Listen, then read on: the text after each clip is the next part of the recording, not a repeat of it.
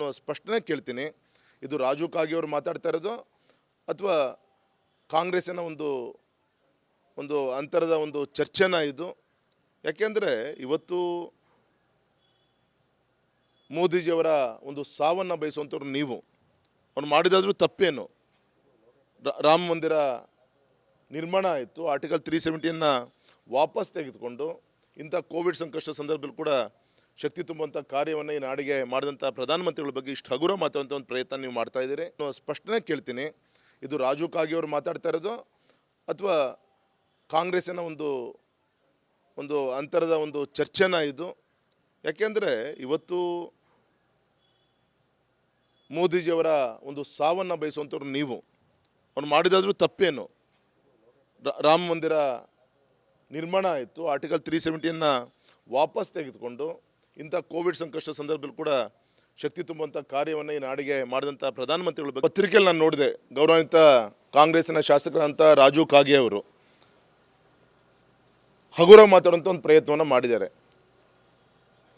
ಮೋದಿಜಿಯವರು ಸತ್ತ ನಂತರ ಯಾರೂ ಇಲ್ವಾ ಅಂಥೇಳಿ ಈ ಸಮಾಜಕ್ಕೆ ಪ್ರಶ್ನೆಯನ್ನು ಮಾಡಿದ್ದಾರೆ. ಎರಡನೇದು, ನೀವು ಮತವನ್ನು ಕೊಡಲಿಲ್ಲ ಅಂದರೆ ಕರೆಂಟನ್ನು ಕಟ್ ಮಾಡಬೇಕಾತಂತೇಳಿ ದಬ್ಬಾಳಿಕೆಯ ಒಂದು ಮಾತನ್ನು ಆಡಿದ್ದಾರೆ. ಹಾಗಾಗಿ ಎರಡೂ ವಿಚಾರದಲ್ಲಿ ನಾನು ಸ್ಪಷ್ಟನೆ ಕೇಳ್ತೀನಿ.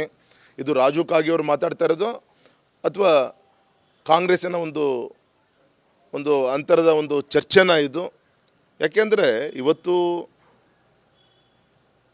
ಮೋದಿಜಿಯವರ ಒಂದು ಸಾವನ್ನು ಬಯಸುವಂಥವ್ರು ನೀವು. ಅವ್ರು ಮಾಡಿದಾದರೂ ತಪ್ಪೇನು?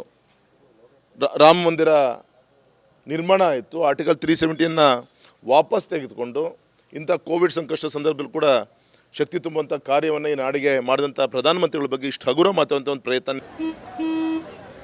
ನಡಿ ಈಗ ಶುರು ಮಾಡೋಣ. ಕೇಸರಿಯಿಂದ ಮನೋಲ್ಲಾಸ ಮನಸ್ಸು ಮತ್ತೇರಿ ಕುಣಿದಾಡಿದೆ ನೋಡು, ಮನಸ್ಸು ಮತ್ತೇರಿ ಕುಣಿದಾಡಿದೆ ನೋಡು. ಕ್ಷಣ ಕ್ಷಣವೂ ಆಚರಿಸಿ ಕೇಸರಿ ಹಬ್ಬ. ವಿಮಲ್ ಬಾಯಲ್ಲಿ ಹೇಳಿ ಕೇಸರಿ ನೀವು ಮಾಡ್ತಾ ಇದ್ದೀರಿ.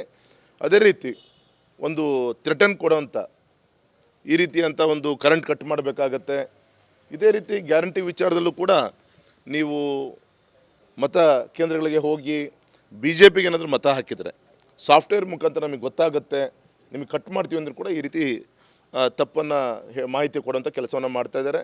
ಹಾಗಾಗಿ ಚುನಾವಣಾ ಅಧಿಕಾರಿಗಳು, ಚುನಾವಣಾ ಇಲಾಖೆ ತುಂಬ ಗಂಭೀರವಾಗಿ ಈ ವಿಚಾರಗಳನ್ನು ತೆಗೆದುಕೊಳ್ಬೇಕು. ಕಾಂಗ್ರೆಸ್ಸಿನ ಶಾಸಕರಂತ ರಾಜು ಕಾಗೆ ಅವರು ಹಗುರ ಮಾತಾಡುವಂಥ ಒಂದು ಪ್ರಯತ್ನವನ್ನು ಮಾಡಿದ್ದಾರೆ. ಮೋದಿಜಿಯವರು ಸತ್ತ ನಂತರ ಯಾರೂ ಇಲ್ವಾ ಅಂಥೇಳಿ ಈ ಸಮಾಜಕ್ಕೆ ಪ್ರಶ್ನೆಯನ್ನು ಮಾಡಿದ್ದಾರೆ. ಎರಡನೇದು, ನೀವು ಮತವನ್ನು ಕೊಡಲಿಲ್ಲ ಅಂದರೆ ಕರೆಂಟನ್ನು ಕಟ್ ಮಾಡಬೇಕಾತಂತೇಳಿ ದಬ್ಬಾಳಿಕೆಯ ಒಂದು ಮಾತನ್ನು ಆಡಿದ್ದಾರೆ. ಹಾಗಾಗಿ ಎರಡೂ ವಿಚಾರದಲ್ಲಿ ನಾನು ಸ್ಪಷ್ಟನೆ ಕೇಳ್ತೀನಿ. ಇದು ರಾಜು ಕಾಗೆ ಅವರು ಮಾತಾಡ್ತಾ ಇರೋದು ಅಥವಾ ಕಾಂಗ್ರೆಸ್ಸಿನ ಒಂದು ಅಂತರದ ಒಂದು ಚರ್ಚೆನ ಇದು? ಯಾಕೆಂದರೆ ಇವತ್ತು ಮೋದಿಜಿಯವರ ಒಂದು ಸಾವನ್ನು ಬಯಸುವಂಥವ್ರು ನೀವು. ಅವ್ರು ಮಾಡಿದಾದರೂ ತಪ್ಪೇನು?